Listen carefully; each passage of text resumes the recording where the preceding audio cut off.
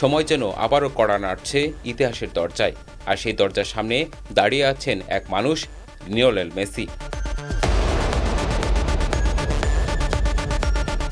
কাতারের সোনালি রাতে বিশ্বকাপ ছুঁয়ে দেখা সেই স্বপ্নের পর অনেকেই ভেবেছিলেন গল্পটা বুঝি শেষ, কিন্তু না, ফুটবল মহাকাব্যে এখনও বাকি আছে আরেকটি অধ্যায়।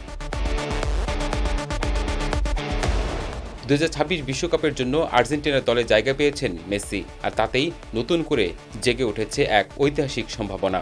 যদি আর্জেন্টিনা আবারও বিশ্বকাপ জেতে, তবে 64 বছরের অপেক্ষার অবসান হবে ফুটবল বিশ্বের। কারণ 1962 সালের পর আর কোনো দল টানা দুবার বিশ্বকাপ জিততে পারেনি। ইতালি আর ব্রাজিলের পর ইতিহাসের সেই বিরল পাতায় নাম লেখানোর সুযোগ এখন আর্জেন্টিনার সামনে। এটি শুধু একটি শিরোপার লড়াই নয়, এটি সময়কে হার মানানোর গল্প।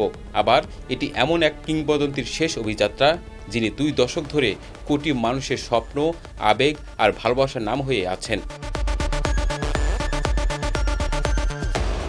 মাঠে যখন বল গড়াবে, তখন হয়তো সেটি হবে মেসির ক্যারিয়ারের 6ষ্ঠ বিশ্বকাপ, আর প্রতিটি পাস, প্রতিটি স্পর্শ, প্রতিটি গোলের সঙ্গে লেখা হবে নতুন ইতিহাসের সম্ভাব্য খসড়া।